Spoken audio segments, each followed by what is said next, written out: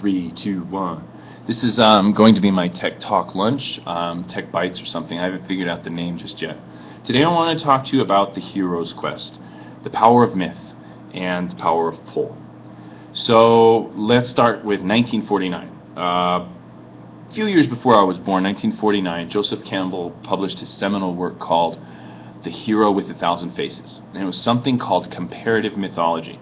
Comparative mythology was taking all the world's religions and myths and then finding the common threads throughout all of them. And what we found was that human stories all follow a certain pattern, all of myth. Now, myth is important. It's one of the necessities of human life and existence because we're social beings. The need to communicate and connect is almost genetic to our being. Into that, we all have common threads and common stories. So what am I talking about here? Okay, the hero's quest. The hero's quest was something that is in all the comparative mythologies and religions. You have a protagonist. He leaves the safety of home. He goes out into this big scary world. He usually has a mentor or somebody help him along the way. He faces the antagonist or forces that are against him, resistance if you will. He has to have a decision, whether it's life or death or whether he goes away and comes back. And which side am I going to do? Am I going to take the right side? Am I going to take the dark side? Like the Matrix, am I going to choose this pill or am I going to choose this pill? So when you look at it, and George Lucas even attributes a lot of his success to this book and Joseph Campbell, all these stories are the same. Disney, 1980s, Disney was failing. Don Bluth was head of their animation department, and he took 20% of the animators. And Don Bluth basically followed the hero's quest, and their movie The Land Before Time was huge. It was like $50 million in sales, and it was the highest grossing animation film at the time. And even the New York Times attributed Don Bluth's success to following the hero's quest, or the story of the hero's journey. So we have Star Wars, we have Don Bluth, and then look at what happened in the Disney Renaissance. They started following the hero's journey. You have Little Mermaid, you've got after that, Beauty and the Beast, you've got Tarzan, you've got all the others that followed after that. Okay, but you also look at Avatar, you also look at Spider-Man, the new Batman series. They're all following the hero's quest. So what does this mean with your business? People relate to human experiences. People relate to each other with stories. You can relate to somebody with once upon a time much more than you can say our market growth this year has, by this percentage, or innovation or disruptive markets.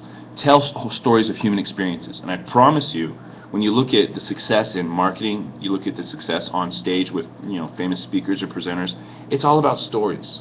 Okay, so what are the stories people are talking about in market about you?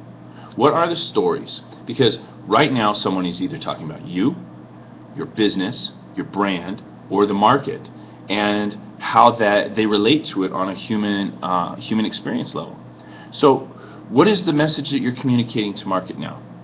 Okay, people connect emotionally, and when you connect emotionally, emotion is the driving force behind everything that we do. We all have desire. So what is the desires that the people and customers are having, and how are you helping them fulfill that? Are you Ryanair, the big evil CEO that calls customers stupid? Or are you Richard Branson that inspires many people? I'm not putting these CEOs or leaders up on a pedestal that they're not, but what is the concept in people's minds? What's the experience that they have with these brands? I don't know about you, but I've flown Virgin Atlantic, and it's like you're treated like a king. It's like, wow, yes please, I'll take more of that. So are we going to be herded as cattle and then treated as such and then having the conversations in market about that? Or are we going to be treated like kings? So remember, you have to remember what your story and market is. Okay, the other one is, results repeatedly show that our attitudes, fears, hopes, and values are strongly influenced by stories. We've only been able to speculate about the story's pervasive effects on people, but until recently, there's been a lot of research done, and it's pretty much, again, it follows the whole Joseph Campbell thing published in 1949. You can find a lot of that information in Fast Company, Fast Co-Create, Forbes magazine has a bunch. Look on Wikipedia for Joseph Campbell. My name is Kevin Leversee. I'm found at kleversee.com. Remember, people talk about human experience, and they're talking about you or your market. How do you make them feel? Remember, that's the only thing we're going to remember, is how we make people feel.